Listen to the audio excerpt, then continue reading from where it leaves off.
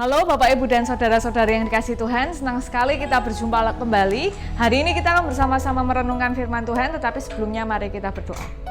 Tuhan, terima kasih untuk setiap penyertaan dan anugerah Tuhan di dalam kehidupan kami. Sungguh bersyukur karena Tuhan memberikan kami kesempatan untuk menjalani aktivitas kami. Sebentar kami akan merenungkan firman Tuhan. Kiranya Tuhan menolong dan memampukan kami untuk mengerti dan memahami kehendak Tuhan, dan kiranya Tuhan memampukan kami untuk melaksanakan di dalam kehidupan kami sehari-hari. Terima kasih ya Tuhan, di dalam nama Tuhan Yesus kami berdoa, haleluya, amin. Bacaan kita pada hari ini berdasarkan Yoel pasal 3 ayat 9 hingga ayat 21. Yoel pasal 3 ayat 9 sampai ayat yang ke-21, tetapi saya akan bacakan ayat ke-9 hingga ayat yang ke-11 saja. Maklumkanlah hal ini di antara bangsa-bangsa. Bersiaplah untuk peperangan, gerakkanlah para pahlawan. Suruhlah semua prajurit tampil dan maju. Tempalah mata bajakmu menjadi pedang dan pisau-pisau pemangkasmu menjadi tombak. Baiklah orang yang tidak berdaya berkata, aku ini pahlawan. Bergeraklah dan datanglah hai segala bangsa dari segenap penjuru dan berkumpullah ke sana. Bawalah turun ya Tuhan pahlawan-pahlawan. Demikianlah pembacaan firman Tuhan pada hari ini. Sungguh berbahagia kita yang diberikan kesempatan untuk mendengarkan, merenungkan, memelihara, bahkan diberikan kekuatan untuk menjalankan di dalam kehidupan sehari-hari. Haleluya. Bapak, Ibu, dan Saudara-saudari yang dikasihi Tuhan, kemarin kita merayakan Hari Pahlawan. Tentu kita mengenang bagaimana orang-orang yang mendahului kita berjuang di dalam memperoleh dan mempertahankan kemerdekaan Indonesia. Dan ada banyak pahlawan yang dikenal namanya, banyak pahlawan yang namanya dijadikan nama jalan, yang patungnya dibuat di mana-mana, yang selalu nama tokoh-tokoh ini digunakan sebagai nama universitas dan berbagai macam.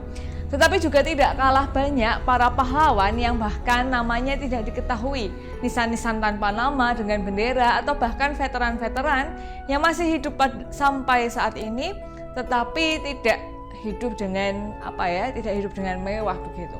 Ya, ada banyak pahlawan di Indonesia, bahkan seiring berjalannya waktu di dunia modern ini banyak juga pahlawan-pahlawan yang sebenarnya banyak menolong, banyak menyelamatkan orang lain, tetapi tidak dikenal oleh banyak orang. Nah, hal ini berkaitan dengan bacaan yang tadi barusan kita baca. Yang paling menarik ada di ayat yang ke-10. Baiklah orang yang tidak berdaya berkata, aku ini pahlawan. Jadi saat itu bangsa Israel, ada beberapa penafsir yang menafsirkan bahwa Nabi Yoel ini berkarya di tengah-tengah pemerintahan bangsa Persia di atas umat Israel. Jadi waktu itu bangsa Israel dikuasai oleh Persia. Nah, pada saat itu bangsa Israel mengalami dua bencana, yaitu bencana belalang dan yang satunya adalah bencana kelaparan. Jadi dibahaslah bencana-bencana itu, dan kemudian Yoel juga mengajak umat untuk bertobat. Dan di pasal yang ketiga ini, Nabi Yoel membahas secara khusus tentang hari Tuhan. Bagaimana orang-orang yang hidupnya selama ini melawan Tuhan, orang-orang yang melakukan hal-hal buruk. Di ayat yang pertama hingga ayat yang ke-8 menyebutkan bagaimana Tuhan menghukum mereka, bagaimana Tuhan berperkara dengan mereka ketika mereka secara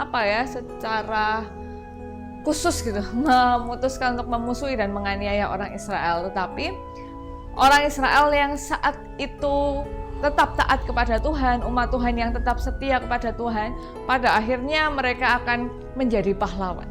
Nah, ini menarik, yaitu ketika ketidakberdayaan berubah menjadi sifat kepahlawanan. Jadi tampaknya tidak selalu yang tidak berdaya, tidak selalu yang lemah itu tidak bisa menjadi pahlawan. Tetapi bisa dilihat bahwa orang yang di dalam ketidakberdayaannya, di dalam keterbatasannya, menjaga kekudusan hidupnya, menjaga kesetiaannya, menjaga keintimannya dengan Tuhan, rupanya bisa berubah menjadi orang-orang yang disebut sebagai pahlawan. Bapak, Ibu, dan Saudara-saudara yang dikasihi Tuhan, hal ini menarik karena selama ini pahlawan yang digambarkan adalah orang-orang yang super. Di dalam film-film, di dalam kartun-kartun, pahlawan selalu digambarkan sebagai sosok yang super, punya kekuatan khusus, yang lebih hebat dibandingkan orang lain, orang biasa, dan mereka menjadi pahlawan. Lalu bagaimana dengan orang-orang yang terbatas? Bagaimana orang-orang biasa?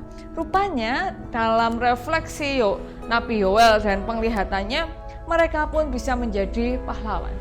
Pahlawan tidak selalu orang-orang yang berdaya. Pahlawan bisa jadi adalah orang-orang yang tidak berdaya. Tetapi yang di dalam ketidakberdayaannya, menjaga kesetiaannya, menjaga ketaatannya, dan menjaga keintimannya dengan Tuhan, mereka juga disebut sebagai pahlawan. Kenapa? Karena ketika kita berdaya, ketika kita berkuasa, ketika kita memiliki segala sesuatu untuk dekat dengan Tuhan, untuk percaya dengan Tuhan, untuk bersyukur kepada Tuhan, untuk berbuat baik kepada sesama, kita punya banyak kesempatan, kita punya banyak fasilitas dan sarana. Tetapi ketika kita menjadi orang yang tidak berdaya, ketika kita menjadi orang yang rendah, menjadi orang yang lemah, tetapi kita mampu melakukannya, maka kita bisa menjadi pahlawan. Ini sebenarnya juga adalah penguatan yang luar biasa, bahwa ketidakberdayaan itu bisa Tuhan ubahkan menjadi sebuah sisi pahlawan. Ketidakberdayaan manusia yang tidak berdaya rupanya bisa menjadi pahlawan. Nah, Bapak, Ibu, dan saudara-saudari yang dikasihi Tuhan, ini mengingatkan kepada kita bahwa kelemahan dan keterbatasan kita seharusnya tidak menghalangi kita, tidak menjadi alasan bagi kita untuk tidak dekat dengan Tuhan, untuk tidak intim dengan Tuhan, untuk tidak taat, tidak setia, bahkan tidak melakukan hal yang baik seperti yang dikehendaki Tuhan. Karena kalau kita tetap setia, kalau kita tetap taat, kalau kita tetap percaya kepada Tuhan, berpengharapan kepada Tuhan, ketidakberdayaan kita sebagai manusia, keberadaan dan keterbatasan kita ini bisa diubahkan oleh Tuhan, sehingga pada akhirnya nanti kita dapat menjadi pahlawan-pahlawan, yaitu orang-orang yang tadinya tidak berdaya, bertahan di dalam ketidakberdayaannya untuk menjadi serupa dengan Tuhan.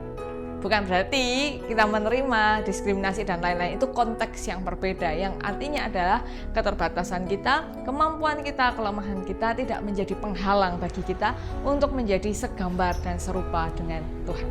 Mari kita berdoa. Terima kasih Tuhan untuk kesempatan yang Tuhan berikan kepada kami. Terima kasih karena Tuhan selalu menuntun dan memegang tangan kami di dalam perjalanan kehidupan kami. Ampuni kami ya Tuhan ketika kami menggunakan ketidakberdayaan kami, keterbatasan kami sebagai alasan untuk hidup jauh dari Tuhan. Kiranya Tuhan memampukan kami, menguatkan kami, sehingga apapun yang kami alami, apapun yang kami hadapi, semuanya tidak menjauhkan kami dari Tuhan, tetapi kami dapat bertahan dan semakin dekat dengan Tuhan, semakin segambar dan serupa dengan Tuhan. Seluruh kehidupan kami serahkan ke dalam tangan kuasa Tuhan Yesus, yang kami percaya akan selalu menolong kami, menopang kami bahkan di tengah pandemi COVID-19. Di dalam nama Tuhan Yesus kami berdoa, haleluya, amin. Ya, demikian yang dapat saya sampaikan. Kiranya dapat menjadi hal yang baik bagi kita semua. Tetap menjaga kesehatan, tetap berbahagia, tetap bersukacita, tetap semangat. Tuhan memberkati kita semua. Sampai jumpa.